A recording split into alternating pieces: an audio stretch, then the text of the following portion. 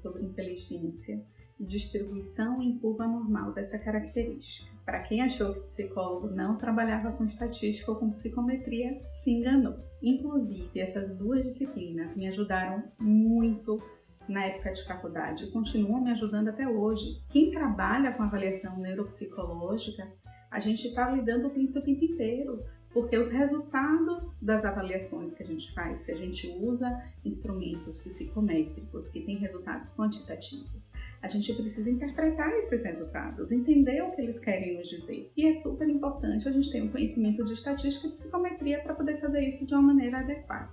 Bem, aqui eu tenho uma curva de distribuição normal. Eu brinquei lá no meu Instagram que eu coloquei todos os meus dotes artísticos para fora com essa curva. Foi o melhor que eu consegui fazer, minha gente. Mas dá para entender direitinho o que eu quero falar aqui para vocês. Bem, a curva normal de distribuição, ela tem esse formato de sino um pouquinho achatado, tá certo?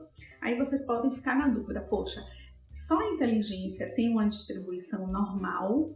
Só a inteligência a gente pode pensar numa curva desse tipo?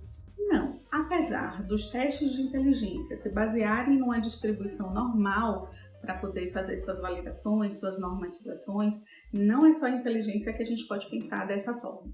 Então, a gente pode pegar outras características da população e entender que teria uma distribuição dessa forma. Inteligência, a gente pensa sim que a população de modo geral caberia dentro dessa curva. Quais são características que, por exemplo, não cabem nessa curva?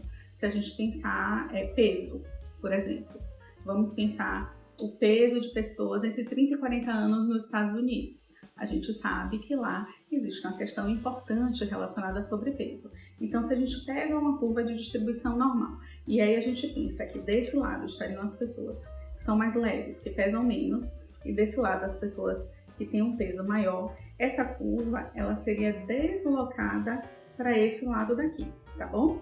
Mas inteligência a gente pode pensar dessa forma. Inteligência é um traço hereditário, tá? Esse percentual ele varia conforme o estudo que é feito, mas a gente já sabe que sim, é um traço hereditário. E aqui no topo do sino, a gente tem um coeficiente de inteligência de 100, tá? Se a gente pegar essa curva e dobrar ao meio, a gente tem 50% da população para um lado, 50% da população para outro lado. Só que aqui, na minha grande média, eu tenho 50% da população. Gente, essa curva eu peguei como referência do WISC-4, que é um instrumento super importante para avaliar a inteligência de crianças e adolescentes entre 6 e 16 anos. Então, essas nomenclaturas que vocês vão ver aqui, o desvio padrão é do WISC-4, tá? Por que eu estou fazendo essa ressalva? Porque a nomenclatura pode mudar conforme o instrumento e o desvio padrão também pode variar conforme o instrumento. Então, por exemplo, o WISC tem aqui tem a média, o que é que eu chamo de desvio padrão? É o quanto a população de determinada pessoa está desviada em relação à média, tá? Então aqui eu tenho o primeiro desvio padrão, o segundo desvio padrão e o terceiro desvio padrão se eu penso para o lado inferior da curva e da mesma forma para cima da curva. Primeiro, segundo e terceiro desvio padrão, tá certo? Mas vamos lá. Considerando o WISC, 50% da população está aqui dentro da minha grande média, aqui é uma pontuação de 100. Aqui na pontinha eu tenho um QI de 90 e aqui eu tenho um QI de 109. Então, de 90 a 109 eu considero que seria um QI dentro da média. Indo para o lado inferior da curva, o que seria médio inferior? Seriam aquelas pessoas que têm um QI entre 80 e 89. O que seria limítrofe? Uma pessoa com QI entre 70 e 79. E muito inferior, extremamente baixo, um QI abaixo de 70 pontos.